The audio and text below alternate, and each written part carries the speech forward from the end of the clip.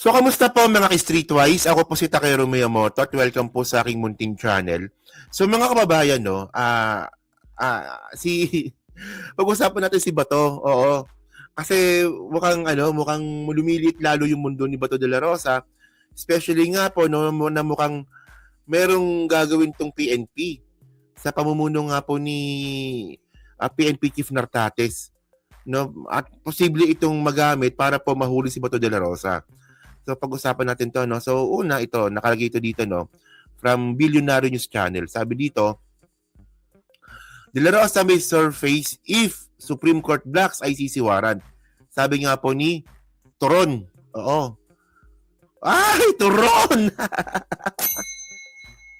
Si Toron! Oo. So ngayon, no, pinakamagaling na abogado po ng Pilipinas, no, si Toron. Oo. Na hindi ko alam, may ligat sa Toronto eh. So ngayon, sabi nga po ni Toron, oy, nagdidemanda yan, pikon yan. Huwag niyong inaasar si Toron.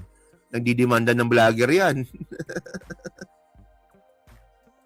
Oh, so ngayon mga kababayan, no, dito po no, sa statement nga po talaga ni Toron, lumalabas na duwag talaga si Bato. Lumalabas na takot talaga si Bato de la Rosa kasi lalabas lang pala siya kapag hinarangan ng Supreme Court yung warrant niya. So, pwede ba yun? Oh. Senator Bato de la Rosa will only reappear once the government clarifies the rules for surrender and if the Supreme Court temporarily blocks the alleged International Criminal Court arrest warrant against him. Sabi nga po ni Toron. Oo. So, in an interview on Billionaire News Channel, on point, program, sabi dito, De La Rosa Legal Counsel, Estralito Toron, said the senator was acting out of fear for his safety, stressing that the ICC process left no room for challenge once an arrest is ordered. Yan, no? So ngayon, umamin pala itong si Bato. No, sa pamamagitan nga po ni Toron na takot talaga si Bato. Takot si Bato, mga kababayan. Akala ko ba, sabi ni Bato, hindi niya iiwan si Digong. Akala ko ba, sabi ni Bato, no, na paglalaban niya si Tatay Digong niya kasi saan man magpunta. Ito ICC pa lang, takot na, nagtatago na. Umamin ni takot eh. Natatakot daw po si Bato kasi once na po na hinuli daw po siya, wala daw po siyang laban. Walang yun to. Yung mga biktima ng tukang dati, naawa ba kayo? Grabe itong mga to. Meron palang alam niyo pala yung word na awa? Namumutawi rin pala sa buhay ninyo. Yung ibig sabihin na word na awa, yun nga lang pag applicable sa inyo. Pag di applicable sa inyo, puta kung pumatay kayo ng tao, kala nyo para pumapatay kayo ng pusa. Matindi, no? Grabe, no? Dati kapag mayroon tayong nababalitaan na nanlaban, tapos yung barel, ni-recycle lang, natutuwa si Bato nun eh. Yung mukha ni Bato, may patay, shit happens. Bastos eh, no? Di ba? Sabi ni Bato, itong drug war na to, this could be deadly. Sabi niya ganun. Marami talaga mapatay dito, sabi niya. Itong drug war na to, shit happens. Marami talaga mapatay dito. Tapos kapag may mga namatay po na walang due process, ganun lang yan. Ngiti-ngiti lang yung si Bato. Puta, parang hindi nakakaramdam ng awa eh. Pero ngayon mga kababayan, hindi naman siya papatayin, uhulihin pa lang. Actually, may due process pa nga yun eh. Kasi po, lilitisin po si Bato. Kapag merong litis, ibig sabihin may due process. Magkaiba po dito no sa sa mga pinapatay nga po ng tukang. Naputat, ang tawag nga dito ni Bato, collateral damage lang daw ito, no? Collateral damage. Tapos ngayon, sasabihin nyo, ano, awa? Naawa ka sa sarili mo? Grabe pa. Oh. If the rules of procedure, if the law is law already, that would define the parameters of surrender. Kasi pwedeng surrender na lang daw si Bato, di ba? Diretsong ICC na. And if the Supreme Court issues as temporary restraining order, perhaps Senator Bato will finally surface. So, nagtatago talaga. Nagtatago talaga si Bato, ibig sabihin nun. So, ito pa, no, ngayon, mga kababayan, mayroon pang isang tanga dito na idol po ng lahat. Hindi ko alam, ba't binoto to, no? Sabi ni Padilla, ito, no? Ito ano talaga to, no? Low breaker talaga tong gagong to, no? Ito si Padilla, si Boy Kikiam. Sabi dito, Padilla tells De La Rosa, never surrender to foreign power. Bugot talaga, no? Never surrender to... Sabi niya yan, no? Sabi niya dito, Sabi niya, Senator Robin Padilla on Tuesday urged Senator Bato de la Rosa to never surrender to foreign power. Amid reports that International Criminal Court issued an arrest warrant against the latter. Padilla, unknown ally of de la Rosa. So, gusto nga po ni Robin Padilla, napaganda advice po nun para sa isang senador. So, syempre, dahil po dyan sa ginawa nga po ni Robin Padilla, sumagot po si Claire Castro dito. Hindi pwedeng ganun, senador ka? Gusto mo yung tao magtago sa batas? Bugok din no. Tingnan niyo, sabi ni Claire Castro dito. Senator Robin Padilla saying publicly giving advice to Senator De La Rosa that he should never surrender to a foreign power. Does Malacanang see this as encouraging to non-cooperation? And ano pong mensahe nyo kay Senator De La Rosa who has been absent rin sa Senate for quite some time? Ang mensaheng ganyan ay nagpapakita lang ng mga taong ayaw sumunod sa batas. Kapag ka po naman may valid warrant of arrest, alam naman natin kung anong dapat gawin. Hindi po dapat ina-advise na magtago at hayaang pulis na lamang ang humanap sa kanila dahil trabaho nila to. Mas magandang ibigay natin na advice ay sumunod sa batas. Correct. At kung payo natin kay Senator Bato, hindi po ako ang kanyang lawyer. DRH. So ngayon mga kababayan, no? So malinaw mga po no, na talagang bobo talaga 'tong mga PDP laban na to, no? May arrest warrant. Kasi ibig sabihin nun, pag may arrest warrant, duman sa proseso. Di ba? Hindi po katulad nung tukang-tukang na yan na walang proseso. Ang proseso nun, Duterte lang. No? Pag sinabi ni Duterte, patay. Wala ka nang magagawa. No? Kapag napagtripan ni Duterte yung buhay ninyo ng panonotokan, wala ka nang magagawa. Magtago ka na lang o tanggapin mo na lang na makakaroon ka na ng tingga sa ulo. So ngayon mga babae, so syempre, alam naman po natin no, na posibleng ang aaresto po talaga kay Bato, pag nandiyan na po yung arrest warrant, PNP. Di ba? PNP, CIDG, DILG, parang nangyari po kay Digong. Di ba? So ngayon, ang tanong ngayon natin dito, no, anong posibleng gawin nga po ni Nartates dito? Kasi nga po, siya siya mataasan dito di ba? Para huliin si Bato. Ngayon, ang nakakatuwa kasi dito, no, tingnan nyo na posibleng magamit to laban kay Bato. Sabi dito, no, sabi ni Nartates to, PNP awards 10.6 million to informants, says strict vetting rules on tipster program in place. So hindi lang po nakakaalam, no? Pinaigting po ngayon ni Nartates yung betting. Especially nga po sa mga nagbibigay nga po ng tip kung saan po nagtatago ang mga pugante. No? Hindi ko lang alam, no? Sakto talaga na nagkaroon ng ganitong klaseng statement si Nartates kung kailan nga po nagtatago si Bato. Well, alam ko marami na rin pong taon ngayon na ang hindi pa rin makamove on kay General Torre. Pero nangyari na po yung mga nangyari eh. Minsan po may mga bagay na po talaga tayong sa buhay natin. May mga bagay po talaga na kailangan na natin mag-move on. At ako naniniwala na ako dito na isa na po dito na supportan na lang natin yung PNP natin. Kasi walang pwedeng umuli kay kay Bato kundi si PNP lang din. Oh, tingnan ninyo Hindi siguro mag-agree naman kayo dito eh. Nagtagumpay po yung hindi po nagtagumpay, sorry. Hindi po nagtagumpay yung mga rally nung nakaraan. Dahil laging matibay po si Browner at si Nartates.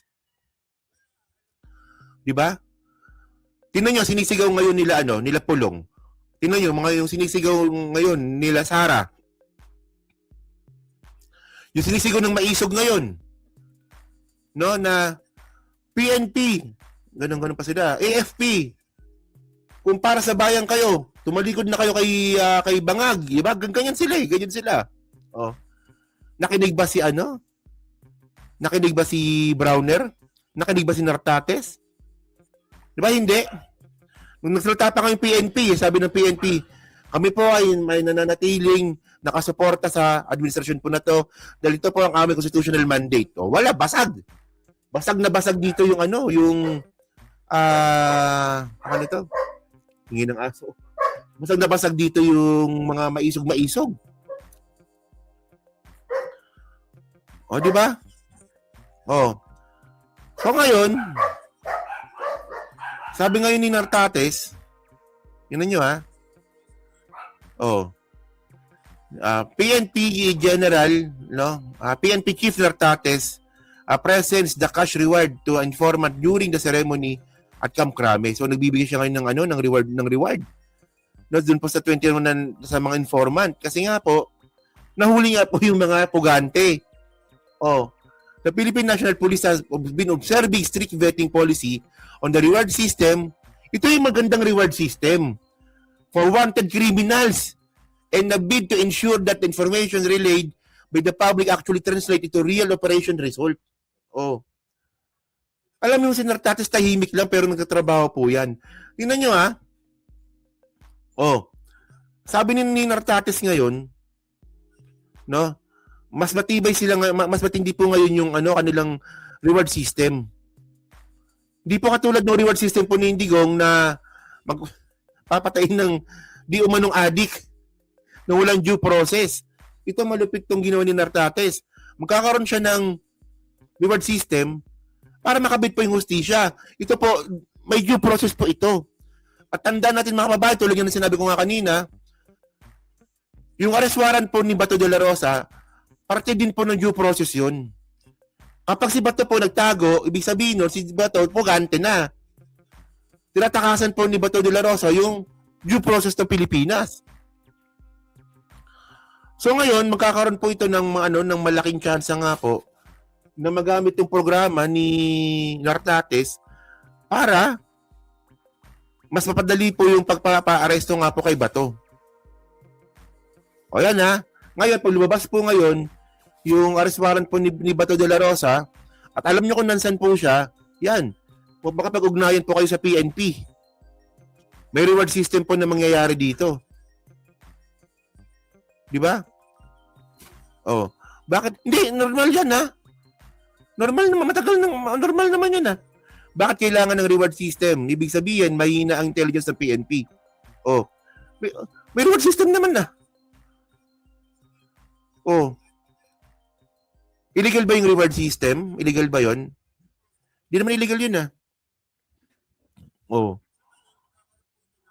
At syempre mga kababayan, ibig sabihin po nito obligasyon din po natin bilang mamamayan. Pag may alam kayo, tulungan nyo po yung kapulisan natin. Tandaan nyo, naging effective po talaga ito. Naging effective po talaga itong reward system na to. Ano ba? Ayaw mo bang mahuli si Bato? Bakit walang reward system? Ayaw mo bang mahuli si Bato? Di ba? So yun.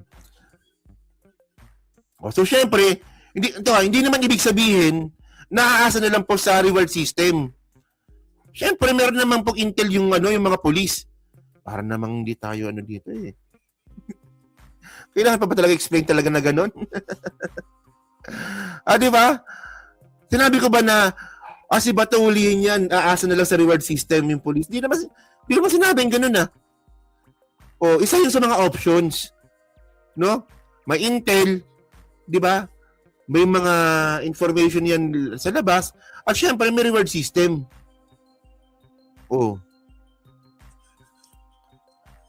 Hindi sa akin lang kasi mga babayan. Ano natin to? Ako po ako na-meet ko si si General Torre.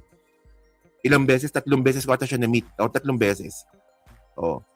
Ano talaga yan? Sobrang karismatikong tao po talaga yan. No?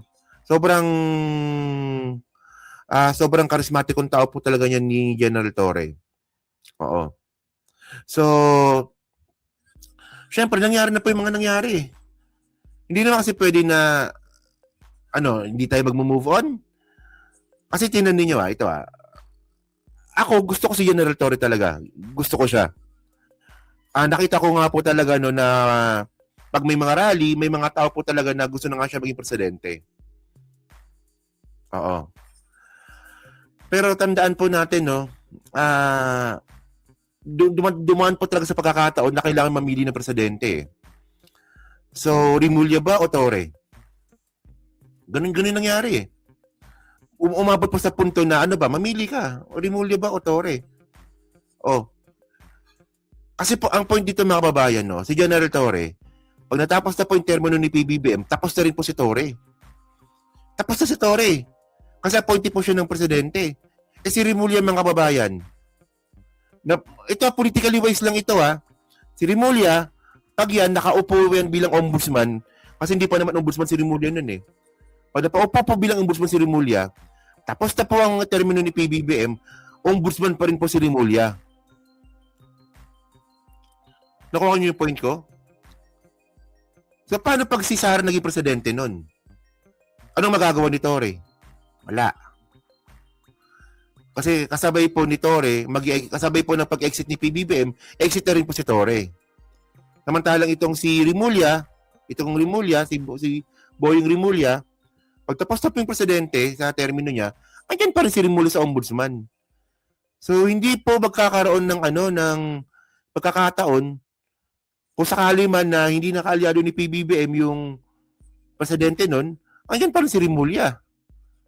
Politically wise po ang tawag dito. Strategical po ito. Masakit din para sa akin yung nangyari kay Torre, pero ang takbo kasi dito, politika kasi ang takbo dito. Aminin man natin o hindi, ang Pilipinas po, tumatakbo po yan sa bulok po na politika. Di ba? So may mga bagay po talaga na kailangan natin mag-move on. So kung yung tanong niyo po ba sa akin na kung si Torre ba ay makakabalik pa, ako naniniwala kung makakabalik pa siya. Malay natin, di ba? Pag inaresto po si Bato, baka mamaya tumulong si Torre. Hindi natin alam. Pero syempre, kailangan natin i-respeto kung sino ba yung PNP chief ngayon. Ganoon lang yun. Hindi, kailangan natin intindihin itong mga to. Hindi pwedeng, hindi pwedeng ganyan na, hindi, mali si sige. Sige, ito Ito, para malinaw. Sabihin na nga natin, kasi umabot na nga po sa punto na kailangan mamili ng presidente. Rimulya ba o Torre? Sige, sabihin na nga natin na pinili po ni PBBM si Torre. Maganda. Okay, si Torre. Masaya tayong lahat. Pagkatapos po yung termino ni PBBM, bilang presidente, tanggal din si Torre. Sino yung pwede niyong ipalit bilang ombudsman na poprotekta sa presidente Marcos pag wala na siya sa termino niya? Sino yung nakikita ninyong pwedeng pumalit kay Boying Rimulya na kayang habulin ang mga Duterte pag hindi na po natuloy yung impeachment trial ni Sara Duterte po dyan sa Congress? Meron ba kayong ibang meron ba kayong pwedeng i-recommend? Di ba? ayun eh. Politically wise eh. So, ang point natin, nangyari yung mga nangyari, di ba? I-move on na natin to. Move on na natin yan, no? Di ba, bigyan natin ng pagkakataon tong si Nartates. Oo.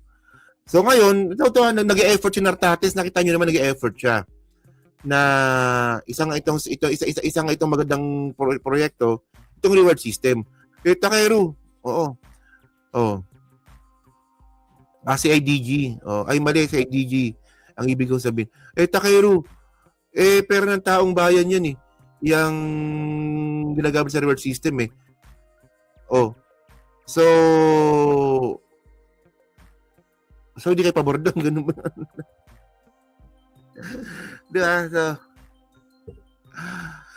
composed kay hindi kasi ito kasi yun. Oo. Ito, medyo malinaw na kasi yung nangyari kay Tory eh. Medyo malinaw na kasi. Ito ngayon lumalabas ngayon na na issue kasi. So, pag upo po kasi ni General Tory bilang PNP chief, isa sa mga ginawa ni Tory is reforma sa NAPOLCOM. So, ang ginawa niya nga itong si Nartates na second on command na siya yung isa sa mga pinagpipilian. Wala na palang battery yung laptop ko. Ginawa niya, pinakailaman niya yung NAPOLCOM. Tapos si Nartates nilipat niya nga po ito sa sa Mindanao. Na syempre ito po nag-overlapping, hindi siya overlapping eh. Nagano siya. Kumbaga paano ba? Parang na-bypass yung DILG. Di ba? Yung DILG. Di ba? Na-bypass yung DILG. So, syempre DILG, Rimulya. So, doon na. May tension na doon. Kaya napunta na po noon na in the first place naman talaga dapat, no? Dapat mayroong ugnayan dapat yan eh. PNP chief tsaka DILG para po sa NAPOLCOM. Ang nangyari po talaga nun, nagreforma si Torre sa NAPOLCOM without the consent of the DILG. Doon na naman simula yun. Hanggang na politika na yun. Di ba? Ganun lang. So, ganun lumalabas. So, hanggang nagkaroon na ng tensyon, hanggang nauwi na po sa punto na mamili ka. Torre o Rimulya? Kung kayo si Presidente, sino pipiliin ninyo? Ito si Torre, pag umalis na ako, wala na rin to eh. Si Rimulya, pag umalis ako, andito pa rin. Tingnan ninyo nilaban ni Presidente yan si Rimulya para maging ombudsman. Ang daming humarang dyan, pero wala silang nagawa. Di ba? Alam niyo, wag natin isarado yung isip natin eh. 'Di ba? Nasaan yung effort nun? Pera. Tandaan niyo, illegal ba yung pagbibigay ng reward system sa mga tipster? Hindi illegal yun ha. Yung illegal, yung ginawa ni Digong, napapatay ng tao sa pamamagitan nga po ng reward system. Pero itong reward system na to, matagal na po ito. Tsaka hindi naman sinabi pag may reward system, aasa na lang sa reward system. No, para lang mabati ko si Nartates, gagawin niyo 'yan. Huwag naman ganoon. No? Huwag naman ganoon sana. So yun mga kababayan, no, sa pahaba tuloy ako dito kay Bato, no. So kayo po mga streetways na masabi niyo nga po dito sa pagtatago nga po ni Bato de la Rosa. Well, para sa akin, bigyan natin ng pagkakataon yung mama, no? Nakita niyo naman kung paano kumilos si Nartates na napakadesenteng tao. 'Di ba? Napakagaling na pulis kung tutuusin natin. And then mga kababayan, huwag po natin kakalimutan na kung kailan nga po na inuuto ng maisog yung PNP po na yan, naging matibay po ang PNP natin. 'Di ba? Anong sabi ni Nartates? Kami po ay mananatiling nakasuporta sa constitutional mandate namin sa taong bayan. 'Di ba? So ganun lang po 'yun. Oo. 'Di ba? So yun, sa pag-comment lang po sa baba at binabasa ko pong lahat 'yan. At syempre, napag-usapan natin yung last topic natin, 'di ba? Hindi naman illegal 'yun. Illegal ba 'yun? Hindi naman illegal 'yun . Parang ano lang, no, parang napaka-pilosopo, no, na ay, wala pala yung PNP natin, umaasa sa reward system.